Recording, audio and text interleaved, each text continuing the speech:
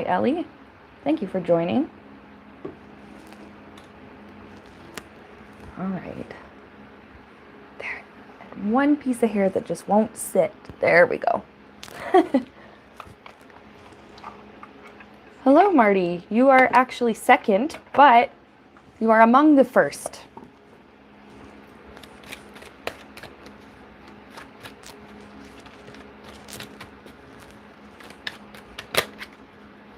All right, 3 people in right now. We're just going to wait for a couple more to join.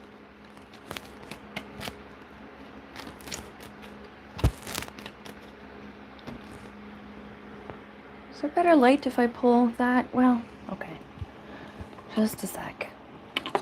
We're going to get some good lighting set up here. Just a minute. I was so excited about going live that I haven't gone live in a while on my channel. Other than joining Sheila on her channel. That was a while ago, but here we go. We're going to get some better light here in just a minute. I figure while there's only 4 of you guys, we will just take this quiet time. First few minutes of the stream.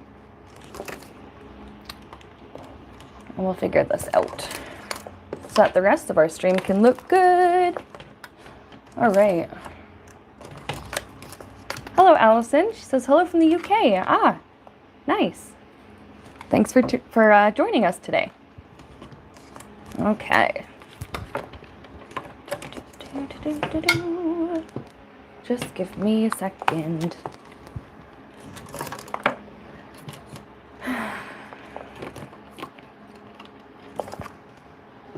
There we go. We're going to fix this lighting.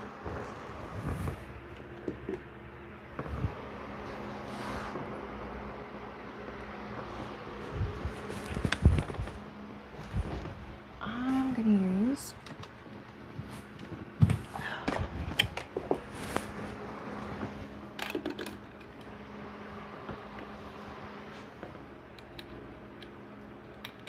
there we go. Oh, that's better. Okay. Way better. Can see so much better. Okay. There we go. Okay, and now there's more of you guys here. Hello. Sorry about that brief interruption.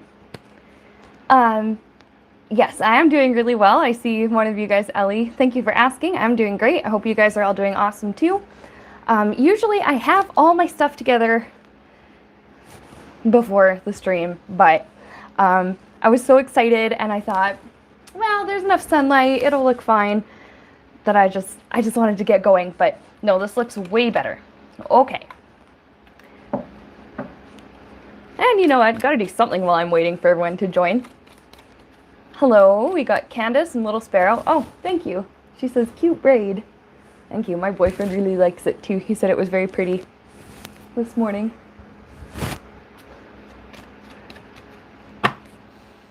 All right. Hello to Cheryl, who just joined.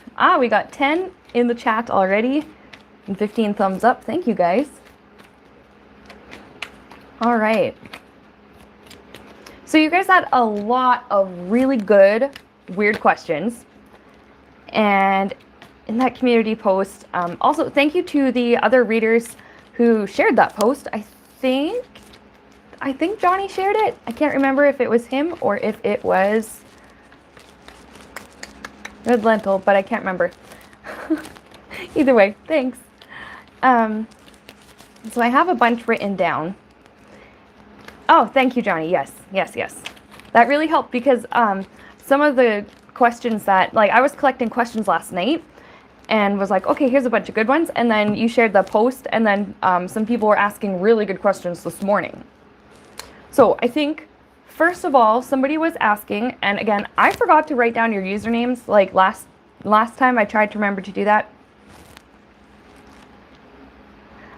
I'm going to go, yeah, Cheryl, I'll go through the questions that I have written down, and then seeing, like, depending on how things go towards the end of the list, how much time I have left, or, you know, whatever. if we want to keep going, then we'll take suggestions from the chat. So first of all, somebody asked, is Mount Hayes in Alaska actually an underground alien base?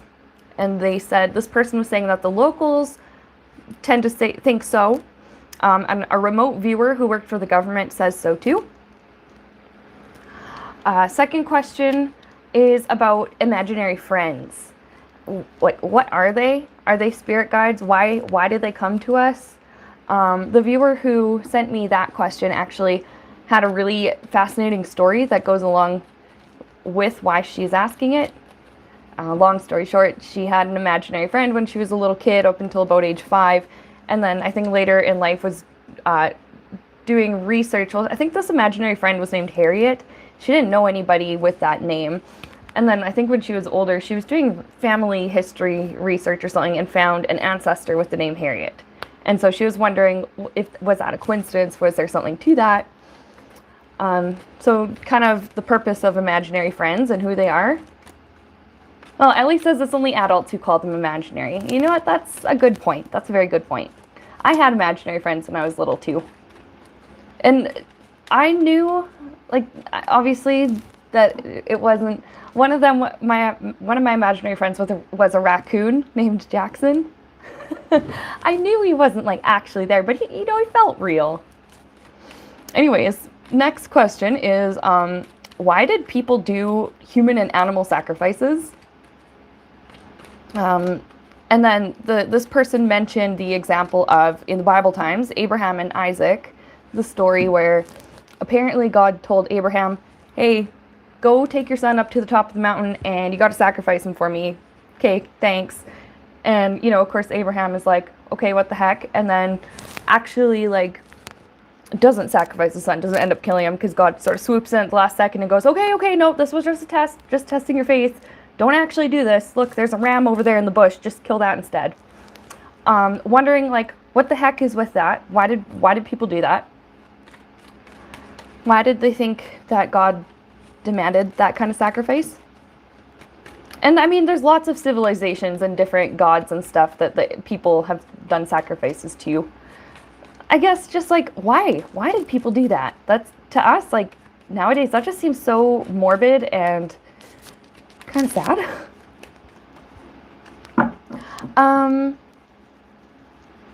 The next question, somebody wanted to know more about like people who built Stonehenge and why.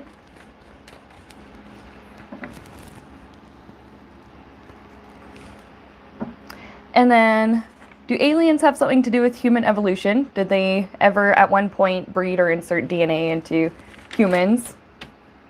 And then somebody asked like a really, really, really good question. What are lifetimes on other planets like? Because yes, our soul can incarnate on Earth. Earth is a pretty popular spot because there's all kinds of experiences you can have here. But we can incarnate on other planets and other parts of the universe or multiverse, depending on the way you see things. And I thought that was a wonderful question because, like, what kind of experiences do souls have there? What kind of lessons do they learn? What kind of lifetimes can you have in other worlds? Okay, I just lost a card here. All right, found it. Yeah, you guys had really awesome questions. There was another one, it's not on my list, but somebody has been asking me a lot about black holes. And like, yeah, they have their physical properties and there's things about them that can be explained with science. I'm not a scientist. Although I am fascinated in space and the universe and stuff like that. And like, if they had any spiritual properties. And I thought that was a really good question too, but I just wasn't sure how to go about reading on that one. That's why I've kind of been putting it off. But again, that's just the list I have written down. And we'll go through those and then we'll carry on from there. We'll see how it goes. So the first thing is about Mount Hayes in Alaska. Is it an underground alien base? I love that we're just jumping right in. The first question that I read, I think the first question somebody left was about aliens. Aliens. Just like the meme. So I'm like, okay, we're absolutely adding it to the list. It's not weird questions if there isn't at least one question about aliens. So, oh, I had cards flip over. Those ones are going to be interesting. Is it an underground alien base in Alaska? In Mount Hayes. What is going on there?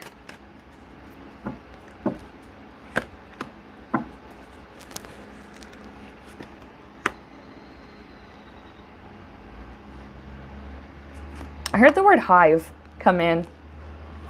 I had a 10 of Pentacles card jump out and I heard the word hive. I don't know what that means. But okay, well, we'll go with it.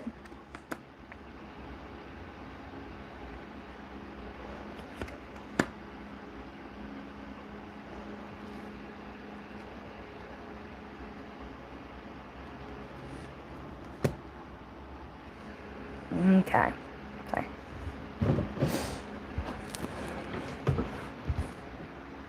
I have some interesting cards.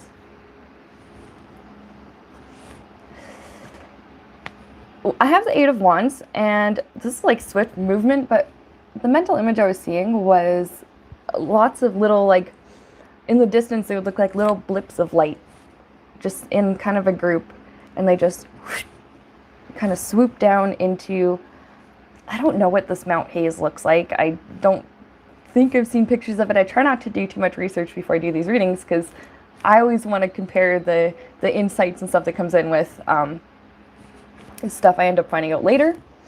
But there seems to be some kind of a entrance to, maybe it's like a cave or something, but there's all these little white lights and they all just in formation swoop in and they kind of disappear. And then I had this 10 of Pentacles.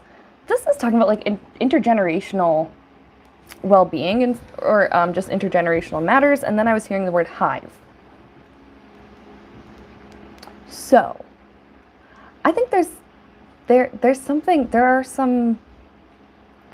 there, and they've been there for a while. To them it's been generations. I don't know if it's maybe their generations are shorter maybe than ours, or if it's about the same amount of time. I kind of want to clarify that while I'm thinking about it.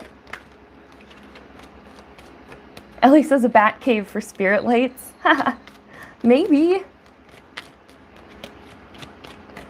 Or there just seems to be some kind of like a mouth. The word mouth keeps coming in also, like the entering to some kind of place. Okay, but what are their generations like? Are they like ours? Are they shorter? Are they longer? Does it matter? Is it relevant?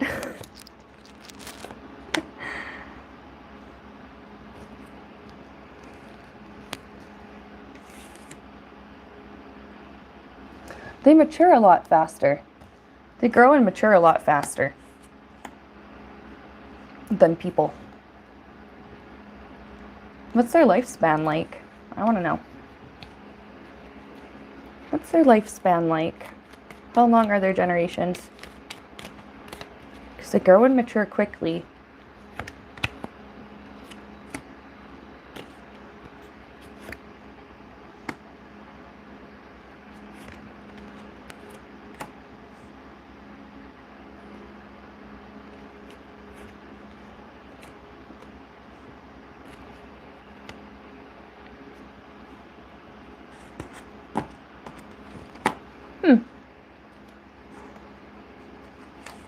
Kept getting these 4s and the number 40. So I don't know if it's like, I'm getting it's kind of like a spat. It's like how humans have, not everybody lives to be the same, age. Not everybody lives the same length of time. Somebody can live to be 80, somebody can live to be 104. I was getting a range of like 40 plus years for their life span. But they grow and mature quickly into like adulthood. I don't know. It wasn't Spirit saying like it's interesting information. They don't think it's completely relevant, but it's cool. It's cool information. I wonder if there's been some kind of agreement or something. They don't want to be found because they just want to be left in peace. They don't want to be found. They're just like literally hiding in darkness. They want to be left in peace. You can intuitively contact them. So this is, I think, where the remote viewer people that work for the government, I guess, this is why some of them say they've seen certain aliens or something like that. You can contact them intuitively. So remote viewing, I'm sure like meditation, you could probably get messages or something from them. They have their own little world there. I just have this feeling like they're smaller in physical size than people, definitely. I don't know how small, but just smaller than us. So they have their own little world.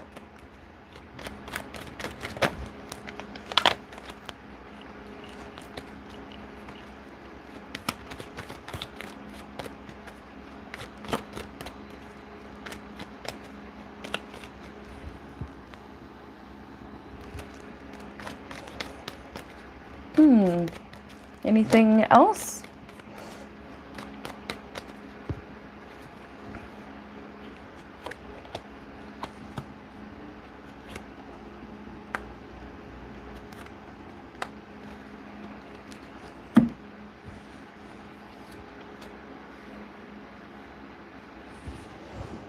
They're in this weird place right now, in the middle of being like believed in and not being believed in.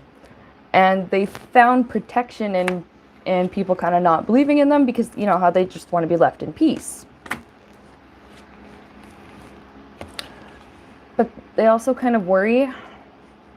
They kind of feel like they're stuck. Because, why? Because why? It's almost like if they're found or like if they come out or something, there's, I don't know, like experimentation. There's just like, we own you now. You work for us now. So it could be experimentation. This definitely has to do with like collaboration with the government. And I don't know if they really want to be part. It's a weird energy around that.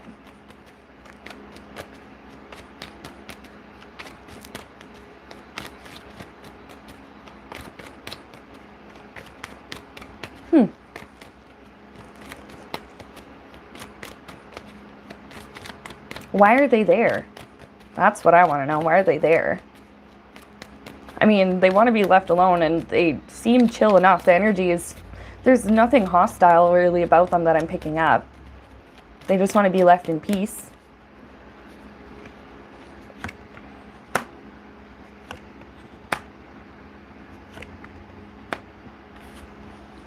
I got the word researcher. It's like, this is weird.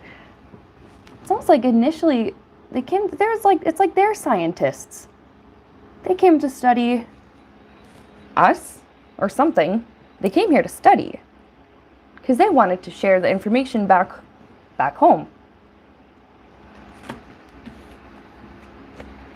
I wonder if it was more dangerous here than they thought. Because they're not content with like, the energy I feel is almost like they're in hiding. So they're not really content with the way things are at the moment. They would just want to be left alone. They just want to be in peace.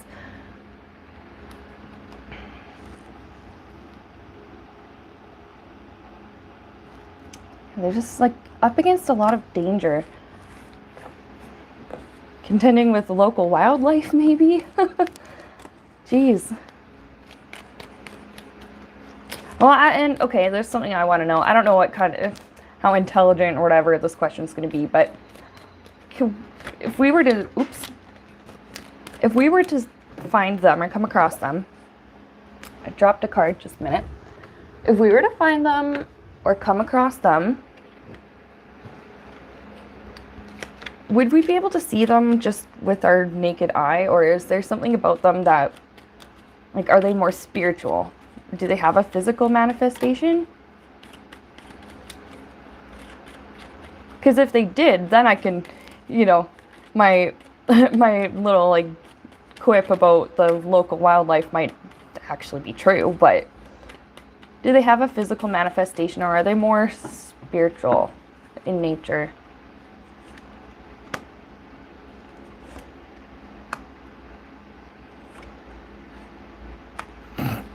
Wow, Spirit kind of, I'm not going to say they sassed me, but they're like, you're a spiritual being with a physical manifestation. Queen of Wands is personally one of my cards that represents me. If I'm reading on myself or whatever, Spirit was just like, you have a physical manifestation and you're a spiritual being. Okay.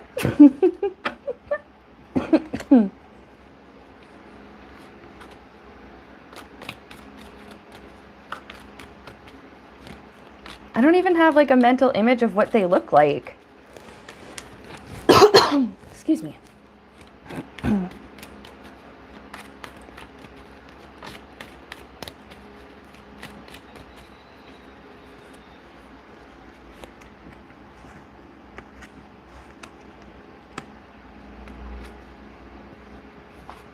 I think they do have physical bodies because they're worried about experimentation. That word comes in again.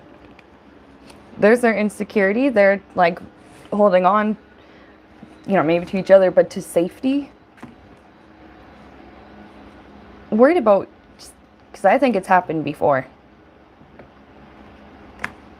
Experimentation or just being forced into collabing with the government or something.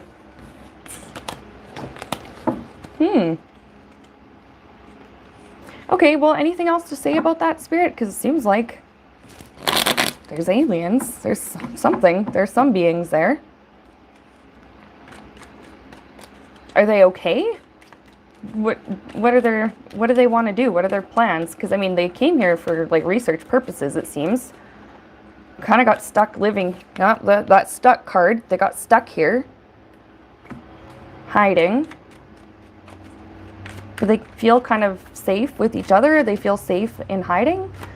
So what can they do to be unstuck? It's like, oh, here's this card. They're waiting for somebody to... It's like they're waiting for someone to come pick them up. Trying to conjure something up. And yeah, that's so weird. It's like they're waiting for somebody to come pick them up. They're like putting signals out and they're waiting for a response.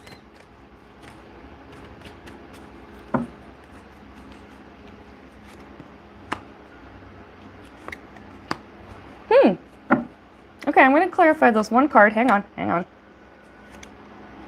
I'm going to close my window. Somebody's working outside. It's kind of noisy.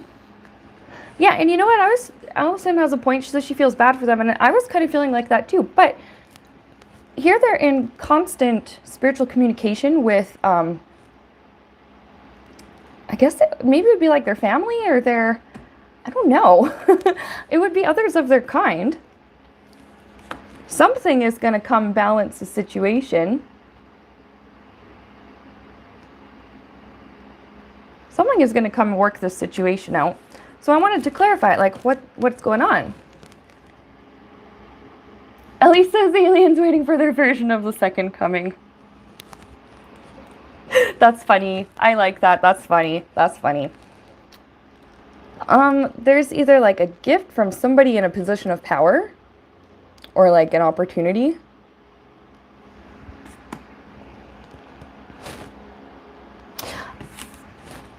I don't know if the land around that area is like a national park or some kind of protected area, but that's something I'm picking up. Could be the case in the future. Because I think people in the government, they know. Not everyone in the government would know, but there's some people there that know about the existence of these guys or these beings. So maybe they'll make that area protected, but I'm also just picking up, like, this could also be like a leader or like a father. I'm not really picking up a gender vibe with this Emperor card. kind of like parent vibe. Could be somebody from their own species too. Does somebody actually like from their species come here and pick them up and take them back to their home world? This is so fascinating. We've already spent like half an hour on this. They're searching. They're searching. I think maybe in the future, maybe, I don't know how far into the future, but they're searching for, like their kind that are stuck here on Earth for their family. Okay, and there is a little bit of a hopeful energy, and you know what, with that Justice card, it's like something's going to be balanced out. Maybe in the meantime, that land becomes like protected, or there's something put in place to ensure the safety of those little beings. And then, yeah, it does seem like somebody's going to come pick them up and bring them home to their homeworld or whatever. In the meantime, somebody is going through space searching for them. So that is kind of hopeful, knowing that there's somebody that's actually, you know, looking for them. And okay, so that was really weird right off the bat.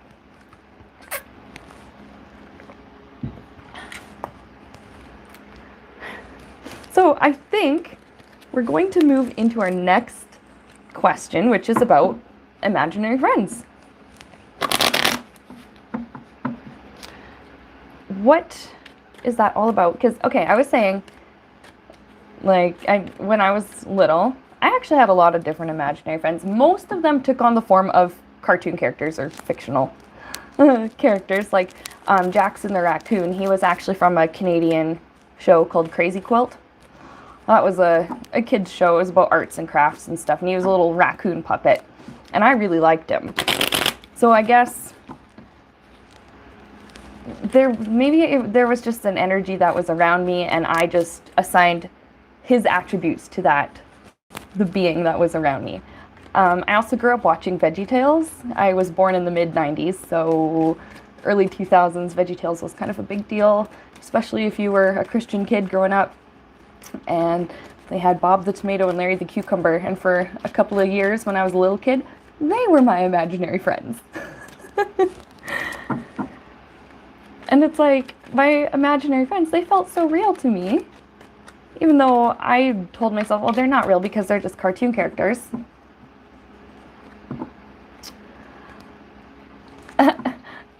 Little Sparrow says, I was always having conversations in my head. I remember one had a British accent, and one I imagined was Greg Brady. That's actually really funny. That's so random. So I just want to know, what is that about? Why do little kids have imaginary friends? That's hilarious that Greg Brady was your imaginary friend. That's so funny. And then, like, growing up Canadian, we watched a channel called Treehouse all the time. There was a show on there called Pumper Pups, and it was about, like, firefighting puppies. And they were my imaginary friends for a while.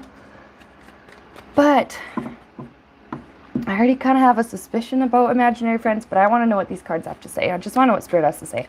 What is the purpose of imaginary friends? Why do little kids have them? Spirit says you have them throughout your life. Not just little kids.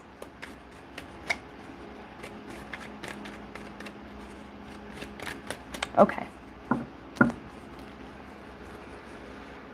So what's the deal with imaginary friends?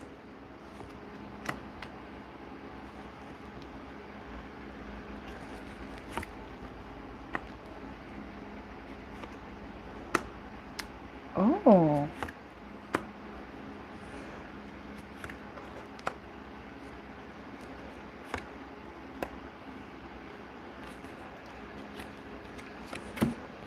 Well, okay.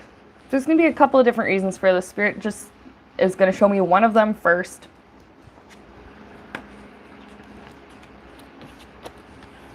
I got about 3 cards that go together here. They provide healing and comfort to little kids going through terrible situations. That's one spiritual purpose. And here we have Temperance. Here we have that healing card as well. They're like spiritual guides a lot of the time. something I'm picking up a lot of the time. And one of their jobs is, you know, for kids that are struggling or something in life, to provide comfort and joy, healing. Another reason, kids have like really vivid, wonderful imaginations. And so what Spirit basically does is sends just, how do I explain this? An adult might sense a spirit guide as, oh, this is so-and-so from my family, or the spirit guide, like a medium might sense like someone's spirit guide as looking a particular way and manifesting a particular way. When it comes to little kids, Spirit basically just sends like a blank canvas of a guide, if that makes sense to you guys, because the little kid is going to assign attributes to that being. And one, it's going to bring joy. It makes the child happy. And imaginary friends can feel like real friends when you're really young. So Spirit basically sends like a blank canvas of a guide to a child, and pretty much just lets the child come up with anything they want. Like Little Sparrow, for example, had a Greg Brady imaginary friend. Spirit sent the blank canvas, and she decided with her imagination, you know what, he's Greg Brady. Now I'm going to go back to that story that the one viewer told me about her imaginary friend Harriet, and how at the time when she was a kid,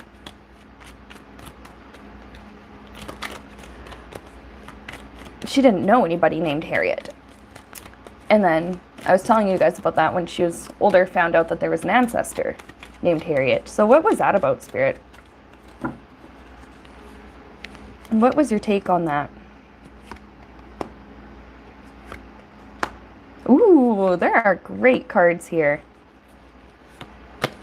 Now, she had maybe a suspicion that this was her ancestor with her. It was something she realized later on.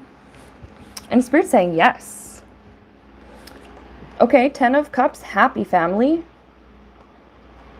Childlike joy and innocence with the Sun.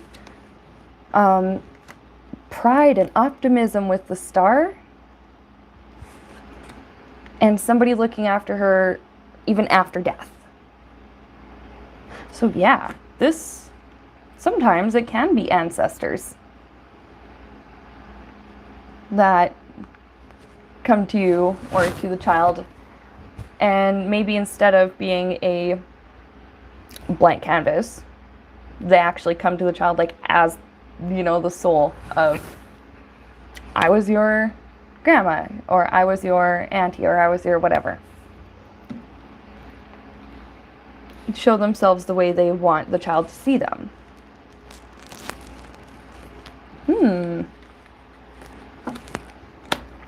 So spirit guides, sometimes it's family that have crossed over. Anything else about this? Now, I know there were some comments there, some people are saying they didn't have imaginary friends.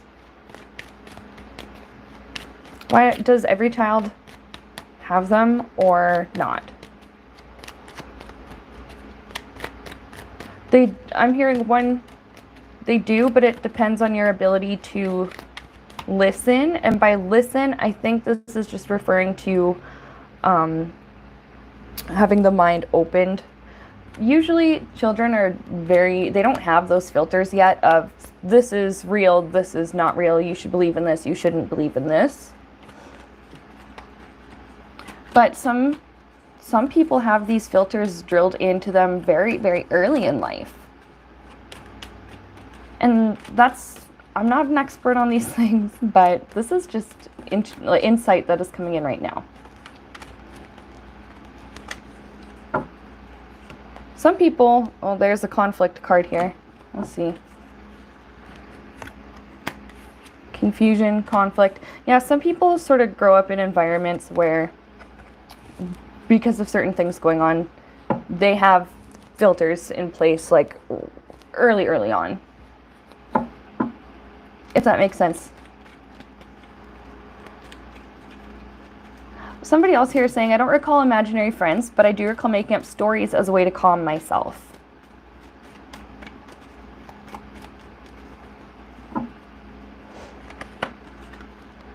Get out the star card. Now, Spirit's just mentioning to me something about the gift of imagination. And the beautiful thing about it is that it can be used in millions of different ways. And maybe for some people, making up stories and fun scenarios, or playing imaginary games and stuff, maybe that was just the best means of comfort.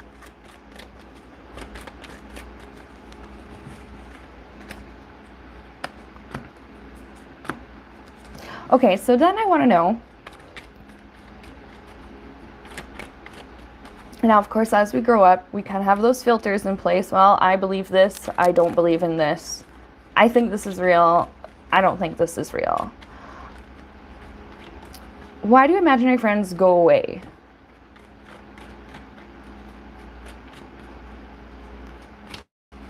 Oh, and I'm seeing you guys in the comments saying, like, you're a big daydreamer. I was a huge daydreamer. I used to make up stories and daydream. I had little imaginary friends. When I got older and I didn't have imaginary friends anymore, I think after about age 6, then I started transitioning from that to like daydreaming and coming up with stories and scenarios and things like that. But no, I'm asking, like, why do imaginary friends go away, so to speak? Because our spirit guides are always here with us. Spirit's saying they don't go away. They don't. They're always here. These are all the filters that we put in place as we go through life and learn things. This is real, this is not real. They work in the background more so of our lives as we get older. And there's some people that are connected to spirit like from day one. You know, there are some psychics out there that will tell you that they've been seeing spirits and connected to spirit ever since they were very, very small. That won't apply to everybody, but some people will say that. And there are some people that's how it was. But for a lot of us, again, I keep shuffling and this one keeps showing up on the bottom. Spirit never leaves us. We sort of lose the ability to see them sometimes as we go through life. Sometimes we're supposed to, because part of our purpose, or one of the things we wanted to do in our lifetime, our soul wanted to do was, oh, here's a fun game. Let's put all these filters on so that she forgets all about her spiritual nature, and let's see if she can remember it. Let's see if she can get the, clear away the filters. Let's see if she can turn her spiritual switch back on.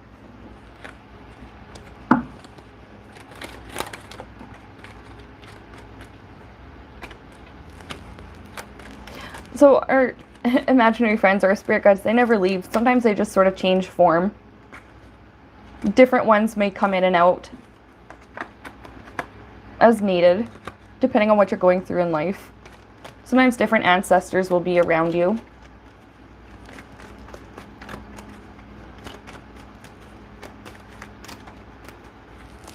Interesting. I think that was pretty cool. Thank you to the person who suggested that, because that was an awesome question. We're going to change gears. It's going to get a little bit, we go from imaginary friends to a little bit morbid. Human sacrifices and animal sacrifices. What? Why did people do that? There are so, like I said earlier, so many different civilizations that practiced this, gave human sacrifices or animal sacrifices to their gods. I know that the Bible even references it.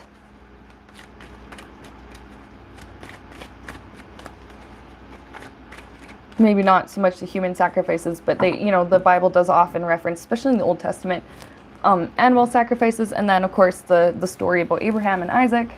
where God was essentially, if I remember this correctly, testing Abraham's faith and basically loyalty to God. And God was like, yo, need you to, this card literally just jumped out while I'm saying, yo, I need you to go and sacrifice your son. Okay, all right, thanks. And Abraham is like, okay. Takes Isaac and goes, I don't know, up this mountain or hill or something like that. I can't remember where. And then he's just about to get, Isaac to like go onto the table or whatever. And God goes, wait, don't actually do it. No, I'm just seeing, just checking your faith here. Don't actually sacrifice him. There's a ram stuck in the bush over there. Go sacrifice that instead. Okay. Why did people do this? Like, what the heck? That doesn't sound like something Spirit would require of us, especially since we don't do it anymore. And people are still fine. Why did people perform human and animal sacrifices? And why did people think that God wanted that? Or their gods wanted that?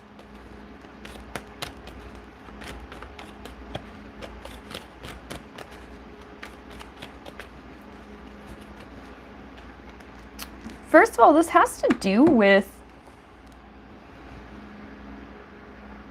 especially, I think the further back in history you go,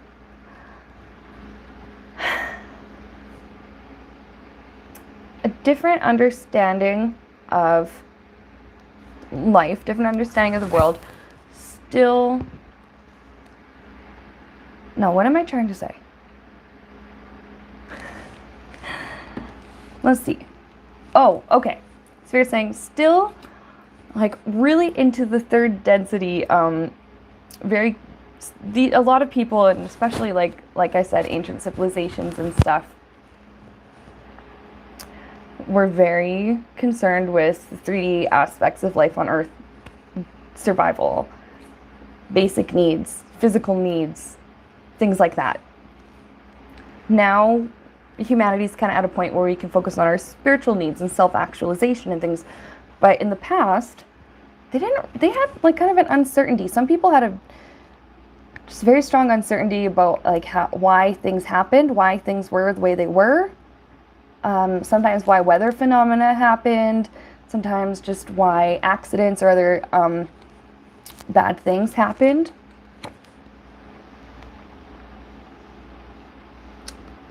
They thought that if they made some kind of a sacrifice, it would stave off judgment. It would please the gods enough that, okay, we won't get hurt. Why was it human and or animal? And somebody in the comments made a good point, because that was probably all people really had to give was, themselves or their best livestock or, like their best. I don't know who asked the question, Sheila. I forgot to write down usernames this time.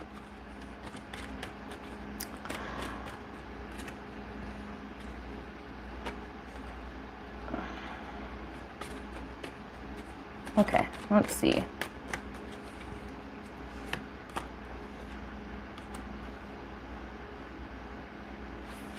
I think the person in the comments, I don't know who said, but they made a really good point, and I think they're correct with what they were saying.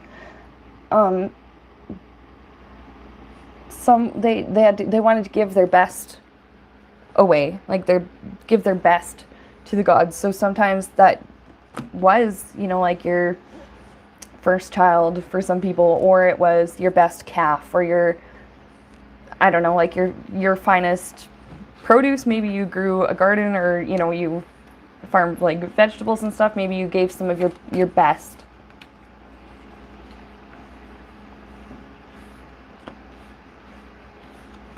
Were there any other reasons for that? Why they picked people and animals? Why did they think God wanted that?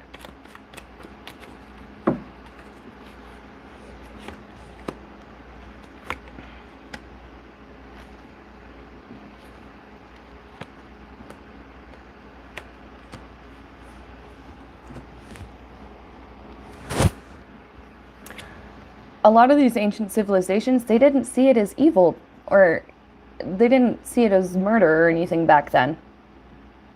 I'm sure if somebody were to do a human sacrifice nowadays, that would definitely be murder. They didn't see it that way back then. They didn't see it that way. They really were trying to give the best of what they had, offer up the best of what they had.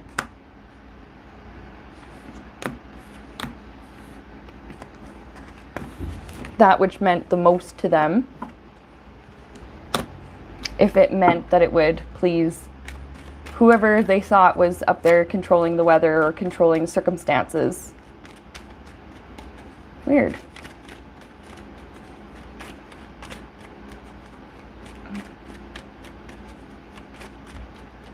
I'm really glad people don't do that anymore.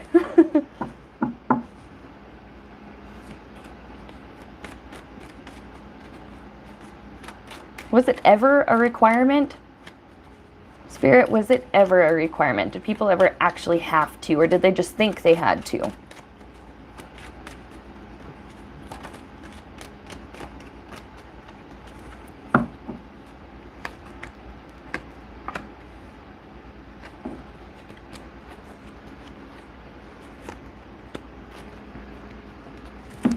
I think it was mostly people thought they had to.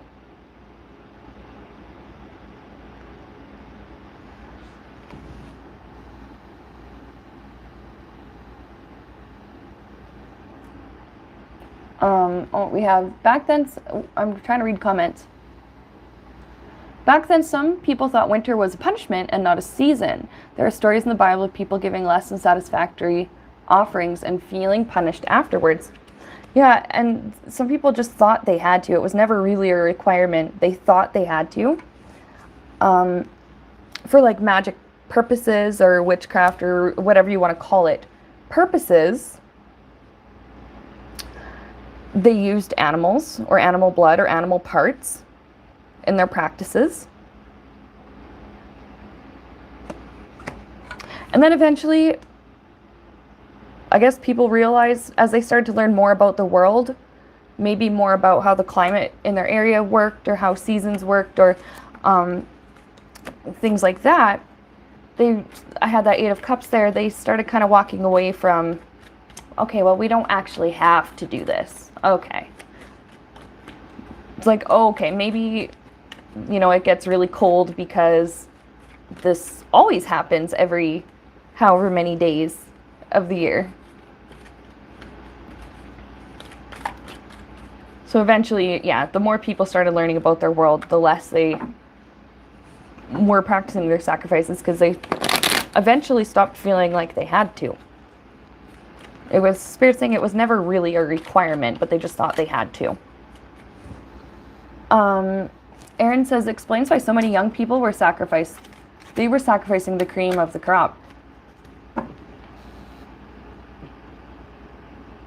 Yeah, Little Spirit saying like acts of desperation, maybe not knowing what else to do.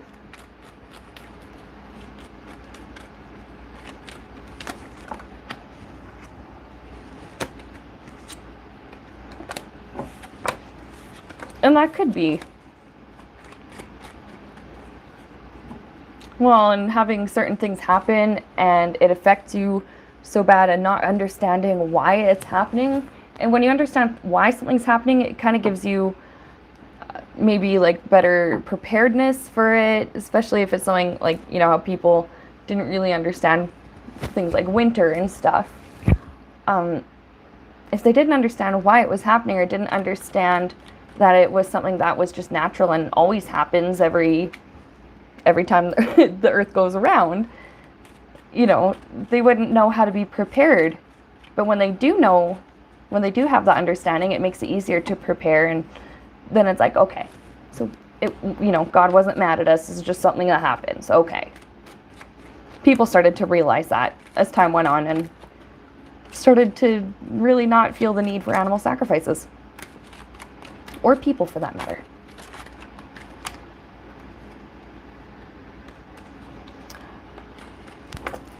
All right, so we'll check that one off. The next one is about Stonehenge. I won't go too deep into this one because I think later on, is it is it Tara's Apprentice or is it one of the other channels that is hosting? I can't remember, I'm sorry. But later, I'll be reading with Tara's Apprentice and a couple of others. And I think one of the things we're looking at is Stonehenge. So I didn't want to, like, get too deep into it for this one. But I want to know about the people who built it. And it wasn't like it, you know, was built in a couple months to a year. Like, this took forever. This took generations to build. Now, some people say that it was possibly the Celtic high priests, or the Druids, I guess, who had built it. But I just want to know... Oh, okay, it says go as far as you want. We're looking into future. Oh, okay, cool. Cool. Then that's not a problem. I want to know about the people who built it, the energy. What were they, you know, thinking? What was the purpose? Anything that Spirit wants to tell us.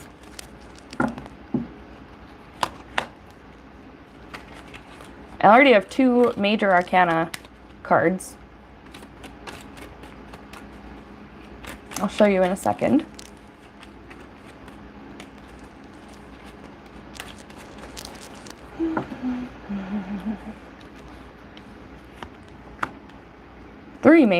Four major arcana. What the shit? Okay. Heavy spiritual energy. Holy crap. I mean, sorry, God.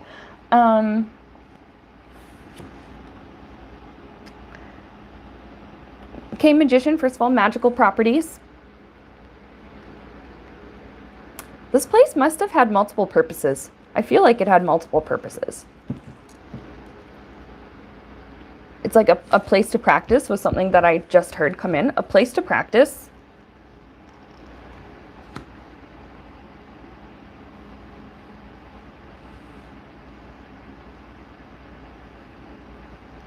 I also have, hang on, I'll show you what I have and then I'll go through these. Because then I have Justice, I have Empress, Judgment, and Wheel. Like, why did I get this big dump of major arcana? Okay. So that place had some magical properties. I'm hearing blessed land, or they blessed the land. I want to clarify these other cards first before I move on.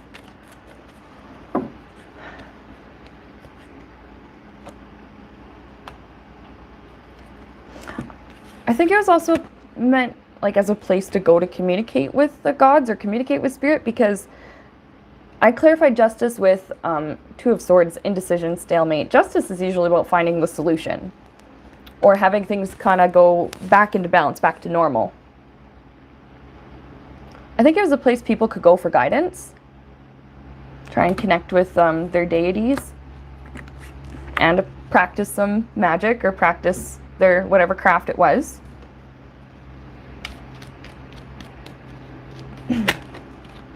I'm picking up a goddess energy with the Empress.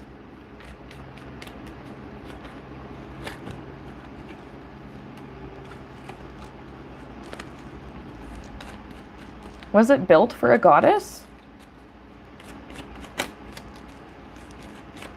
Or was it...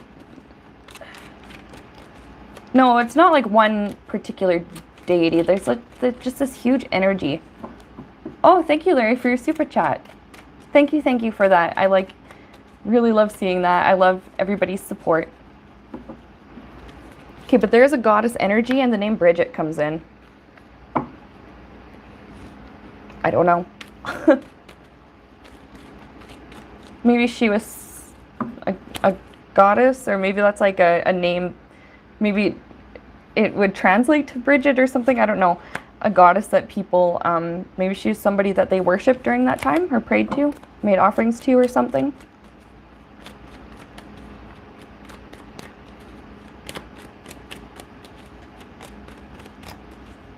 Bridget is a Welsh goddess. And, okay, didn't some of these stones come from Wales? Oh, I had High Priestess come flipping out. like, this is supposed to be for spiritual communication. I know it's a judgment card, but this is kind of a card, like, look at the angel is like coming out of the clouds and like blasting on a horn, getting their attention.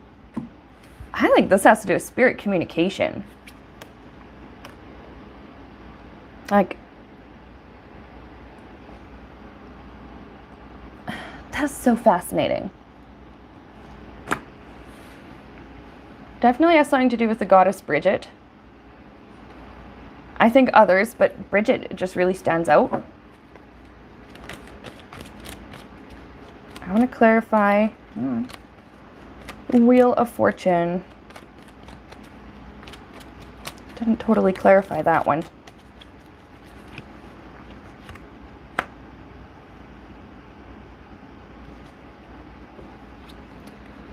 They saw this as a huge deal, the people, whoever it was who built this. Because this was like a very, they saw this as something that was going to really like transform their society, their life as they knew it. Because they thought through this area, I think they saw this as a place where they could have just a strong connection to the gods. Like, it's like a big temple, kind of. Spirit's saying that's one way you could see it. So it's a big temple.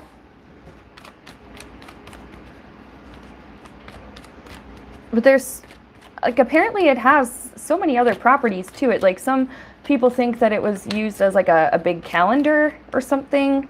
I know, like, the equinoxes and the solstices have to do with it. There's so much crazy stuff about Stonehenge. Okay, so maybe as like a way to built as like a giant temple or a giant like spirit communicator place.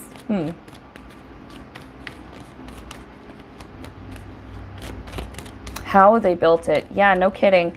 Well, from what I understand, some of these like giant monolithic stones, monoliths, I think that's what they're called, monoliths. People had to dig deep holes in the ground, and they would have had like, I don't know if it's like a rope system or something, but would have had something to prop up, I think, the stone on one side so that it didn't topple over the other way. I'm not describing this well, but I think archaeologists were able to sort of get an idea how it was built physically.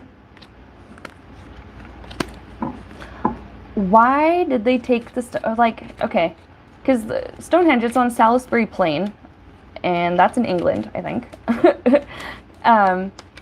But the monoliths themselves, a lot of them came from Wales, and someone in the comments had said,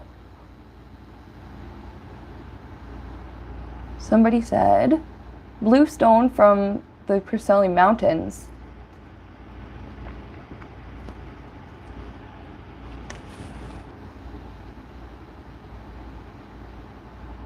Just looking at comments. Oh, science says it's a solar observatory. Okay. Anita says, the leader of our light worker group said she visited and the stones communicate with you. Maybe that somebody else saying, maybe that's why you get so many major arcana, because through the years it's been used for different things because of its energy. You know, that's a really good point. And,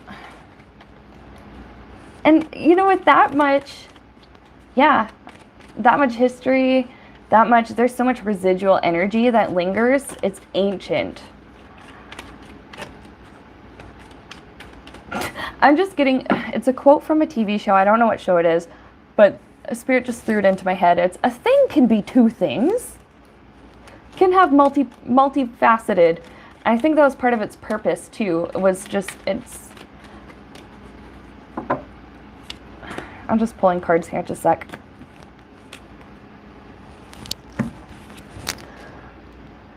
Okay, this is spirit telling me personally, use my intuition. What does it feel? What do I feel? What's coming in? But yes, it was purposely built to be like a very generic looking area so that it could be used for many different purposes.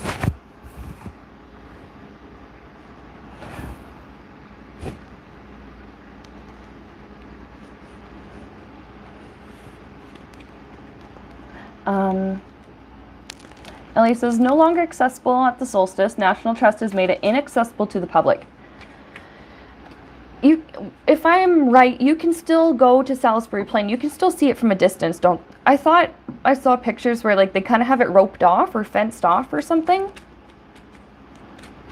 I mean, okay, that. I understand that you want to protect an ancient landmark like that, and at the same time, people are jackasses sometimes, and you don't want to keep other people safe. Yeah. But yeah, why did they drag them so far? Why did they get the stones from so far away? That was what I was gonna ask. Like, what was it about those particular stones? What is it about them?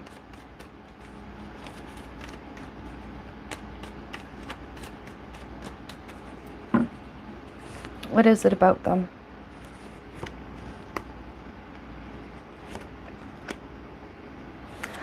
There's something about the vibration of the stones. They all resonate. It's almost like you can't hear it with your physical ears, but they resonate at a certain frequency. And maybe what I'm picking up is almost like it's like a divine music, sort of.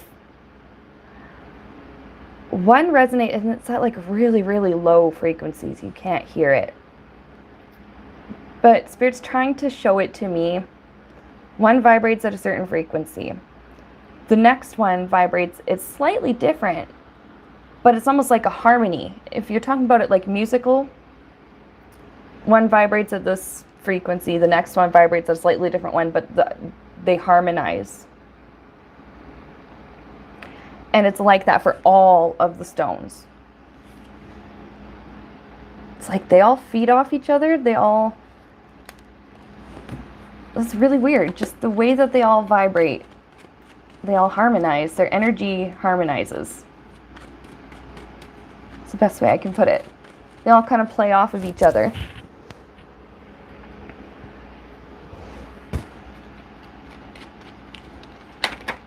I'm also hearing from Spirit they couldn't find stones big enough in that area around the I think when it was maybe like first being built or planned or something.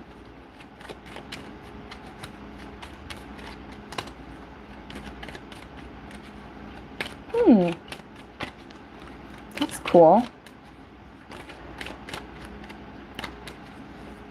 The stones hold so much residual energy. It's ancient. It is ancient. That even back then, when it was first being built, the Stonehenge being planned and built and stuff, they wanted those stones because at the time those stones contained ancient, to them, ancient energy.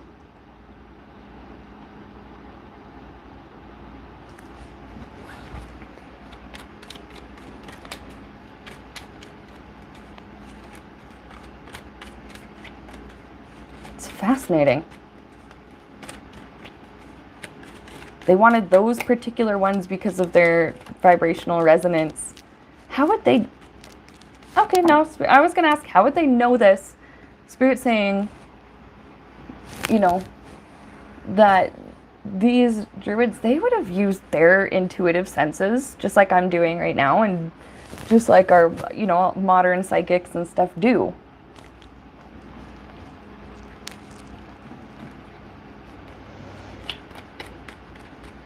There's just something about like the gift of clairaudience, the spiritual hearing, that it's like these...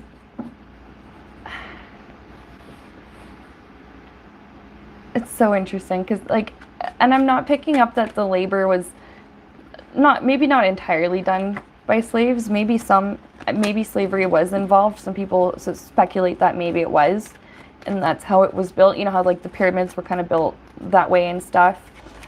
But I pick up that like there were very spiritual people. No, this was built by comfortable people. The word comfortable comes in. Comfortable people. With hired help, I'm also hearing from Spirit, with hired help. So maybe not entirely slavery.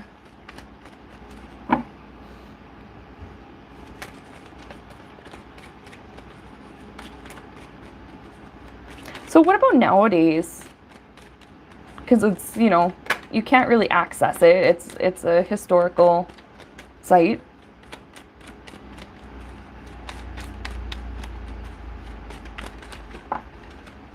It would still have properties even now.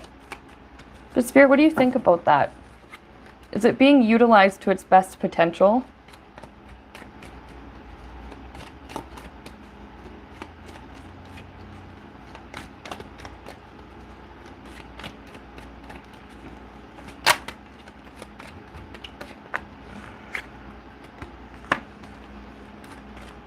Is it being utilized to its best potential as a tourist site, attraction,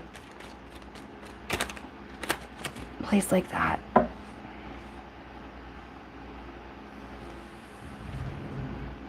Sort of, okay. Spirit's saying like, well, with this act of like wanting to protect the site, okay, this forward movement, the National Trust or whichever it was in England saying, no, we need to protect this place, okay?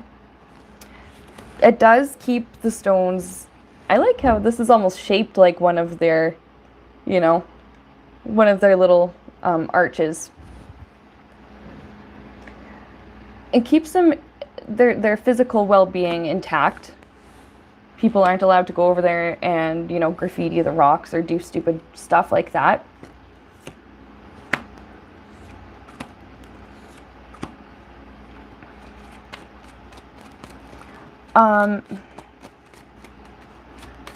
Spirit's kind of giving me a yes and no answer, because as far as what it was built for, its initial purpose, spiritual connection, it's not being utilized for that anymore, because you can't access it.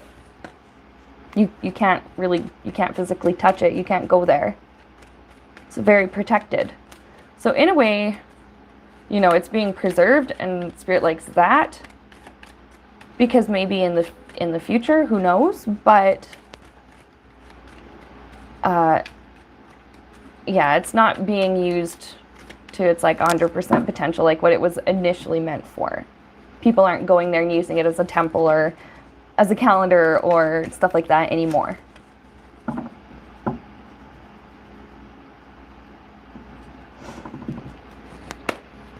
All right, so we're gonna cross that one off. Changing the subject completely, back to aliens. I wonder if I should have just put these alien ones just all together in a big group in the beginning, but it's okay. Do aliens have something to do with human evolution? Specifically, did they breed with humans or insert their DNA somehow into human beings in the beginning, or of like, you know, human civilization, or what? Do aliens have anything to do with human evolution or the evolution of hominids?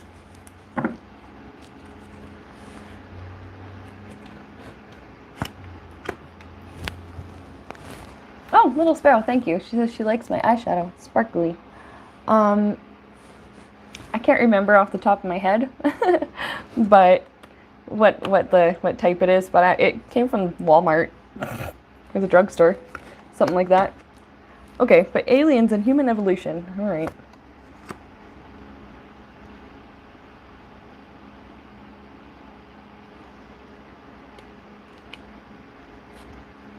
Ooh. Kind of. They sort of kind of do.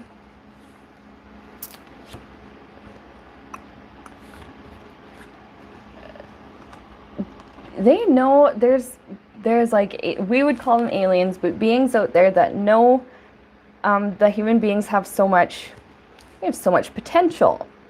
There's, on a spiritual level, it's because a lifetime as a human can teach you so many things that you wouldn't even expect, that maybe eons in the spiritual realm might not. Things that you can learn about in the spiritual realm, but you would only experience maybe on Earth as a human. There's something here about they wanted to protect the natural order of things with Hierophant. They wanted to protect the natural order of things for people. And I'm just going to show you right away on the bottom of the deck, there's this Ace of Swords. Aces are often my yes cards. It's like they observe from a distance, okay? Observing from a distance. Basically, it's like they're ready to help with the natural order of things just in case something happened to this, I don't know, I'm not a scientist. Is it our genus, our species? Whatever.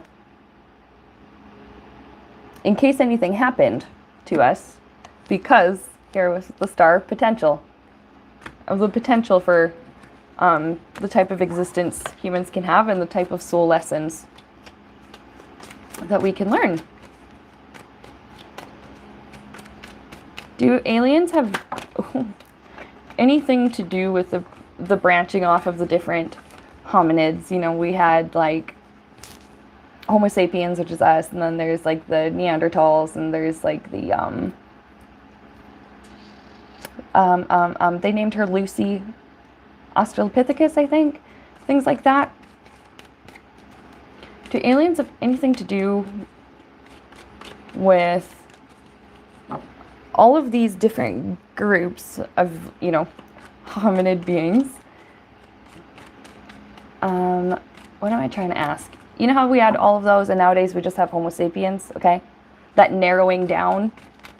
Do aliens have anything to do with that? I know somebody was asking me this. Do aliens have anything to do with that?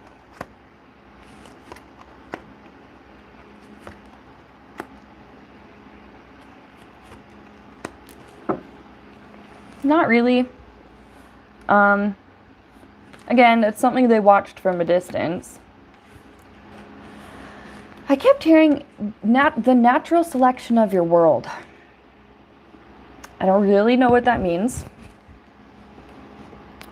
But, okay. What I have here is, this is like people getting together. And I'm seeing here like just, it has to do with like breeding in Homo sapiens. And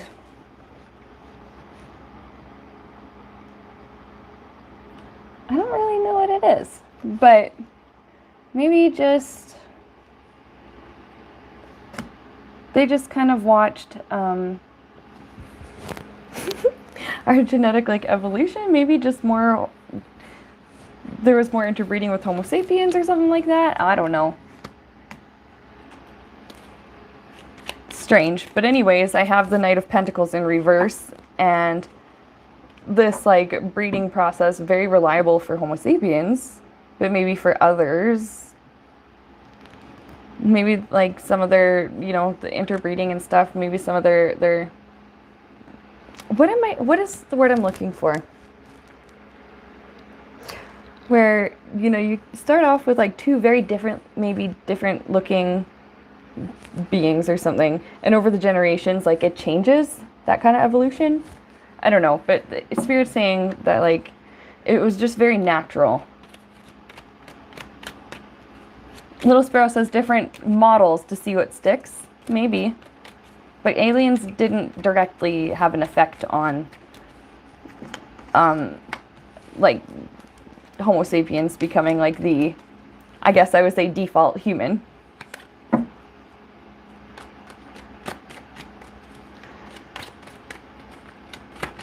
But did aliens ever breed or insert DNA into humans? That was another question.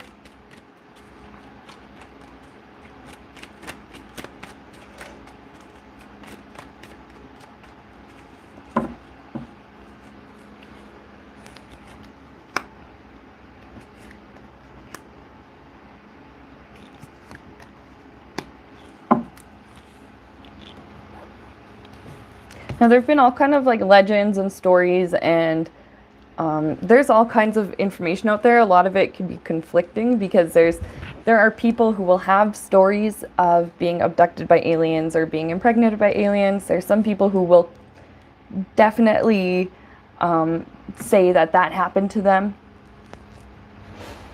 But then there's going to be, other people that say, no, that's not true. Aliens don't do that, this or that. There's all kinds of...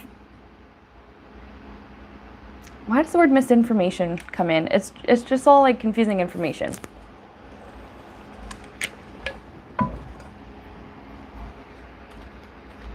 And right away, it's because there's so many different types of beings and what we would consider aliens that have different agendas, different purposes for coming here. Some come here for research or scientific purposes, as we saw with the Mount Hayes aliens.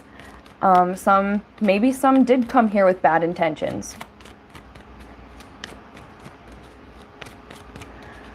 But did they ever breed with people or insert their DNA? I get this feeling that they didn't have to. They really didn't have to. Maybe some did. Maybe some had bad intentions, or maybe some, I don't know, thought it was for scientific purposes or something. But what's weird saying is they didn't have to do that because humans were doing okay. We didn't really need the help. It's almost like the aliens are kind of on standby just in case. But they're like, no, just put, it's almost like, no, we're putting an end to that right now. Almost like there's energy of like rumors and stuff. It's like, put an end to that right now. Because the answer I kept hearing was, we didn't have to breed with humans. But maybe there were some out there who chose to. They didn't have to, though.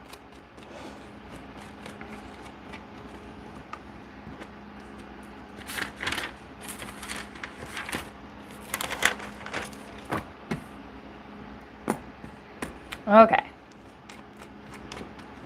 So that's aliens and human evolution. They haven't like directly messed with human evolution. They just observe it and they're ready to step in and help out if they need to. That's what that seems to be all about. They didn't have a direct effect on the different hominids dying out and Homo sapiens becoming like our standard human.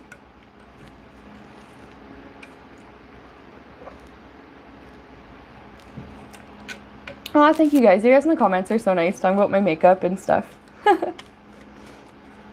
Ellie asks, are we just lab rats? Are we like lab rats to aliens? That's a good question. I'll quickly throw one or two cards. Are we like lab rats to aliens?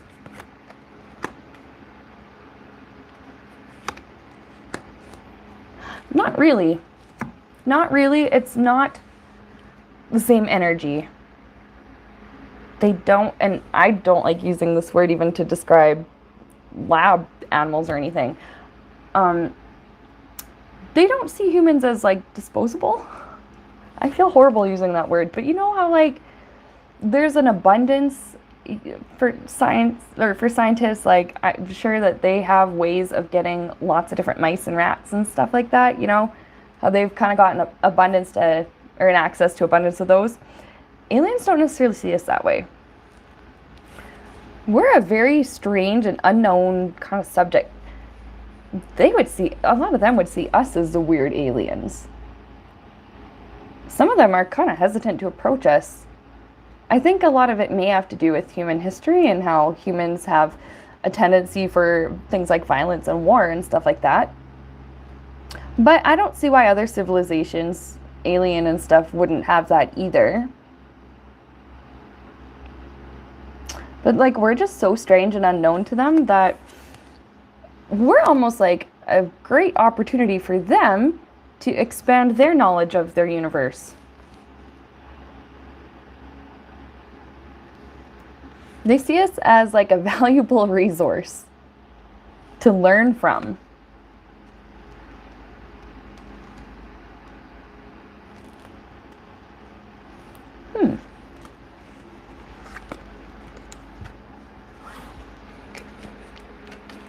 So for the most part, it seems like there are, we'd consider alien beings that think that we're pretty weird and cool, and they just want to watch us and learn from us and maybe help out if they need to.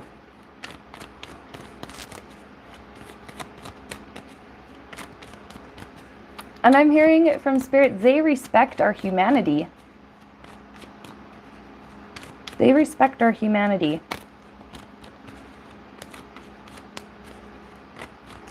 Okay, so this is the last question I have on my list coming up here. Oh, Little Sparrow, thank you for your support. But the last question I have on my list does kind of sort of have to do with aliens. Sort of, maybe. But what are lifetimes on other planets like? In other parts of the universe other than Earth? What experiences do souls have in other parts of the universe and other planets? What kind of lifetimes are they like? Or what kind of lifetimes do they have? What are they like?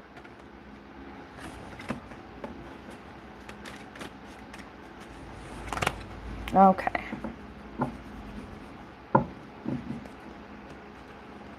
So first of all, just what does Spirit want to tell us?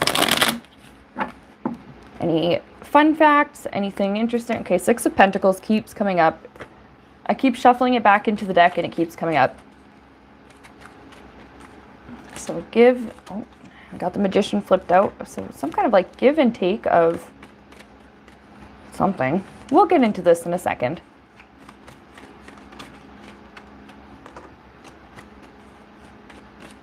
This energy is like, they're very similar to us. Very similar to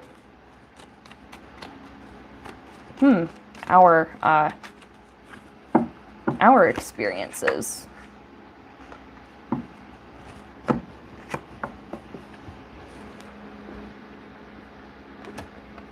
What's this about, Spirit? Six of Pentacles. I want to clarify it. It's an exchange of information. That's something coming in. An exchange of information. An exchange of energy. Cause and effect.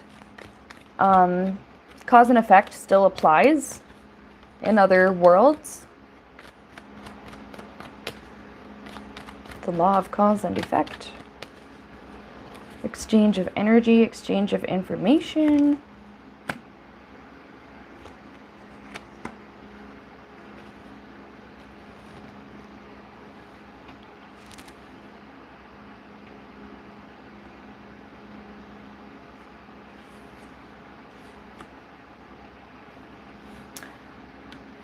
Some worlds are more negatively polarized than our own. There's some planes of existence, or some worlds that, I don't know if I'll say planes of existence, but some worlds that, like I said, negatively polarized, like very survival based. And it's like, they're less concerned about things like empathy and heart and spirit, because there are worlds where they're basically still stuck in that second chakra, that sacral chakra, moving into solar plexus, becoming self-aware. Earth is kind of a world where we're kind of in the solar plexus, moving into the heart, our like self-awareness, our humanity, but we're, you know, moving from survival more into empathy and caring for others. There's worlds where they're kind of just, they're self-aware, but they're just concerned about survival.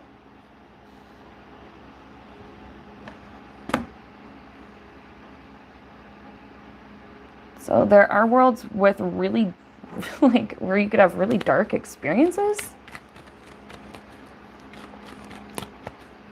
Some souls want that because there are probably profound lessons to be learned.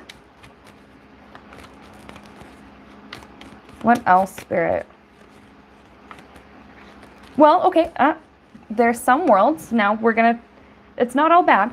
Some worlds are a little bit darker, a little more fear-based, survival-based.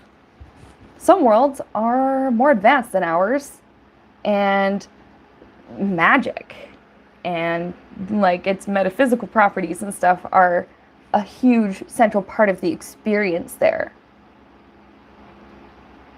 I keep hearing something about seventh realm. Seventh realm. And when you reach the seventh realm, you incarnate on a planet where it's like that, the magic is like the resource or something. That's cool. That is fascinating. I want to live there too. Seventh, when you reach the seventh realm, what does that mean?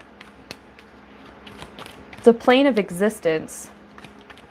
When you reach the seventh realm or some kind of seventh level of existence, you can incarnate on a planet where there is, I want to know more about this. Magic is like a resource. You transcend the need for the physical body. That's another thing. You transcend the need for a physical body.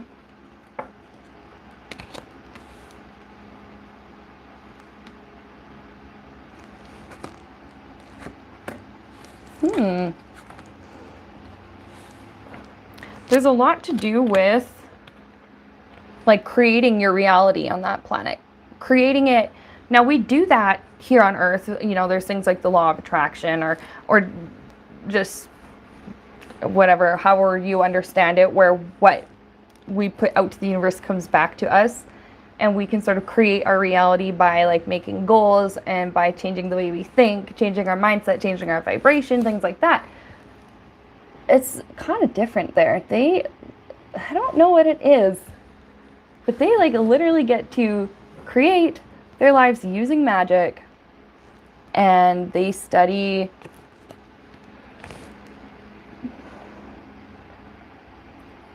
I think they still have to like, they still use it for like love and light purposes, but they kind of study like the effects.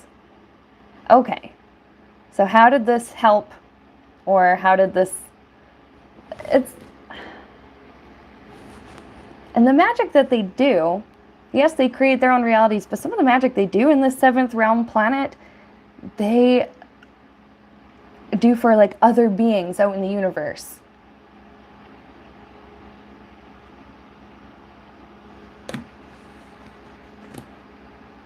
They kind of want to help spread, there's like this energy of peace they want to spread through the cosmos. And they practice a lot of magic on their world in order to do this, but they also get to create their like worlds around them. So Spirit's showing me a mental image of it's not like they're materially concerned. They don't have a physical body. So what kind of things do they create? Because Spirit keeps showing me like these different colored energy bubbles. So one is like an energy of like love, and one is joy, one is hopefulness. What do they create?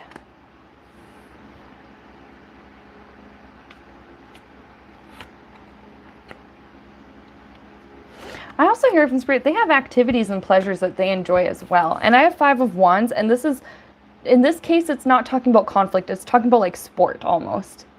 Like competition, like there's no, it's not like bad vibes or anything. It's friendly competition. So they have games, and they have some kind of activities and sports and stuff that they do, which is really interesting. So they have things they do for fun over in that planet, but one thing that they really, really like to practice is spreading this kind of like uplifting vibration out through the cosmos. Cool. What kind of lessons do we learn in lifetimes and other worlds? So like on Earth, you know, we learn things like compassion, we learn empathy, we learn how to have love for others, we learn how to love ourselves, we learn how to share, we learn how to take life one day at a time. Sometimes we learn how to just exist in a physical world with some people would consider this place very dense energetically, where in the spiritual realm there's a lot more freedom of movement and freedom of expression. Thank you for your super chat, Cheryl. Thank you for helping me. You know, we learn lessons about love and grief and joy, and we learn all kinds of stuff on Earth. So what do they learn in other worlds? Is it similar? Or is it something I can't even comprehend? Or what happens in other worlds? What do they learn?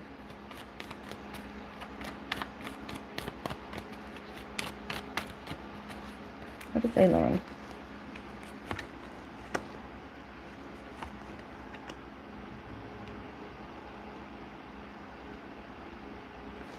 They learn to eradicate fear, is something that I just heard from Spirit. They learn to eradicate fear and live in comfort, or eradicate fear and see that they can make their world better. They could make their world more comfortable.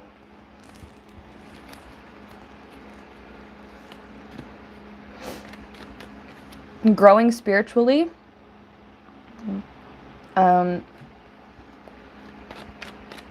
There's all kinds of spiritual lessons that in other realms or in other worlds, maybe more advanced, quotes, more advanced souls would have a better understanding than maybe us here.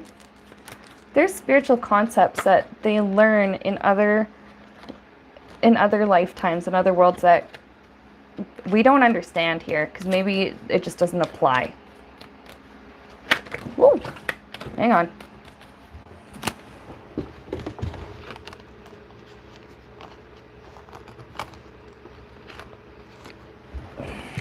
I'm also hearing from Spirit, some worlds have different laws of physics than our own. Some worlds, just what they consider their natural order is completely different to ours. So, spiritual growth, there's always a common theme of spiritual growth, though. The ability to, oh my gosh. Okay, so on Earth, limited perspective, we tend to experience ourselves as one person at a time in the lifetime. In higher realms or in other worlds, some beings can incarnate as multiple people or multiple beings on one planet at the same time and inhabit and be aware in every single one of them and be able to have multiple points of view. Not the same as multiple personalities. One soul that is like, okay, I need to draw a picture of this. Okay, hang on.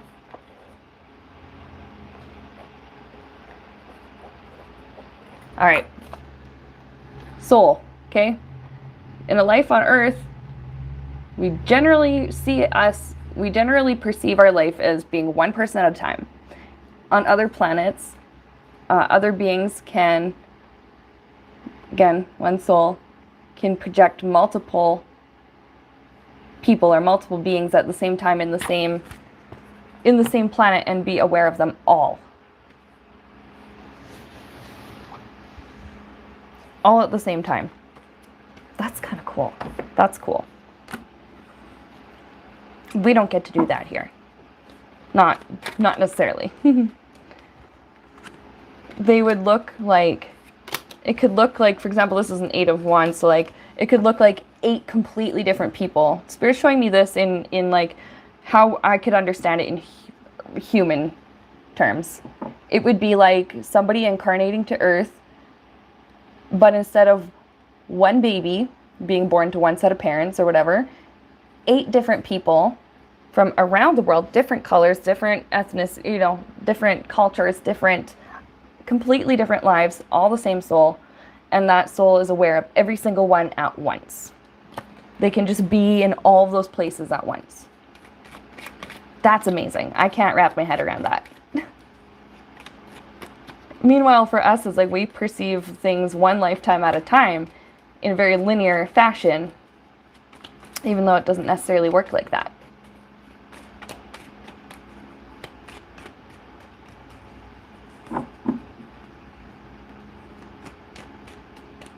Little Sparrow says this needs to be a TV show.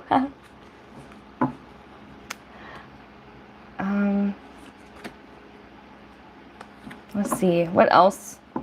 What other kind of experiences? What What kinds of lifetimes can we have in other worlds? So we're seeing a lot of cool stuff.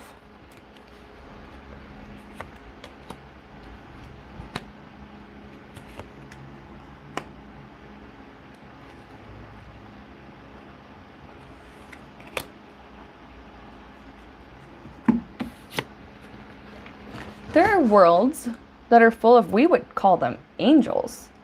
Maybe some people would call them aliens, but we would definitely consider them angels. They're light beings. They may not be the exact same as angels, but they very much, I think we would maybe consider them as such.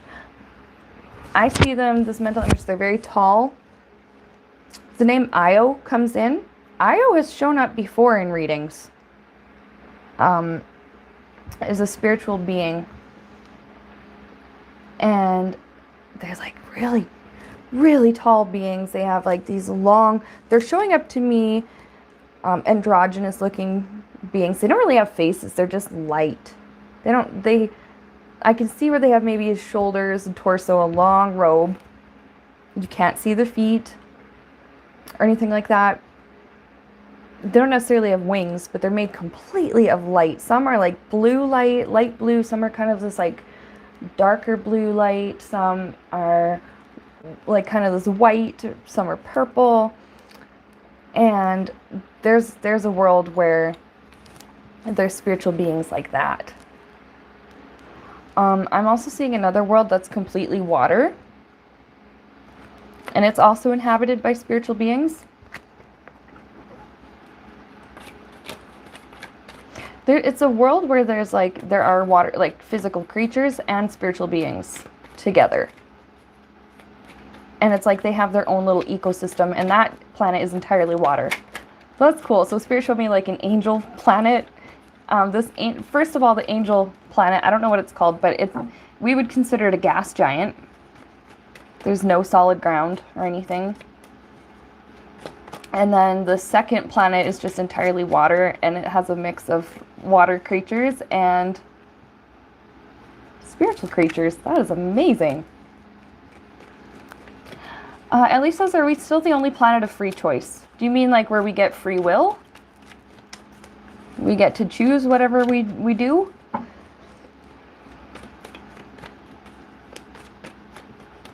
Because right away I'm hearing from Spirit, free will exists through all realms. It echoes through all levels. They're just showing me a tower and a shockwave going all the way up this tower. Free will exists in all levels.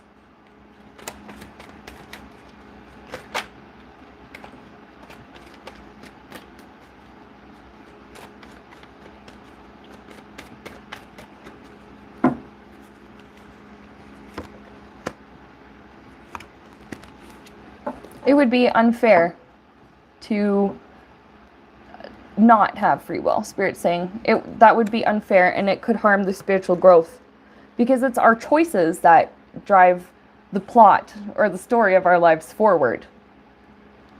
And what we do in our lives, it kind of makes up what we learn and what we bring back with us to the spiritual realm.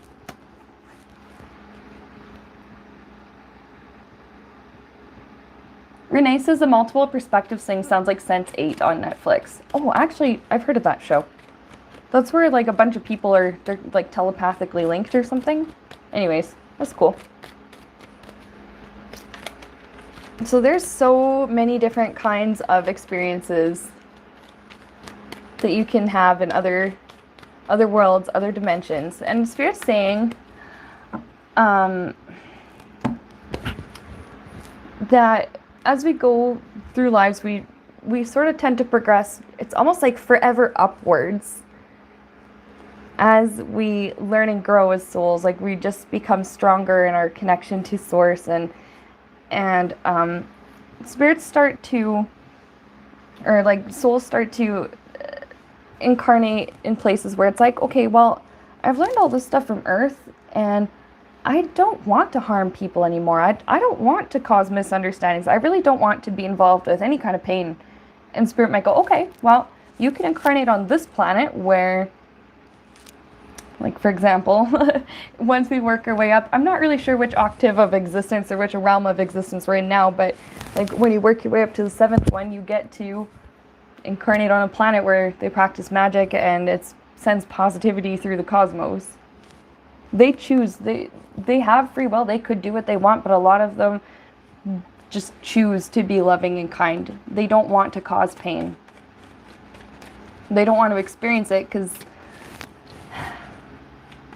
I'm just hearing from Spirit, they remember what it's like in worlds where pain exists.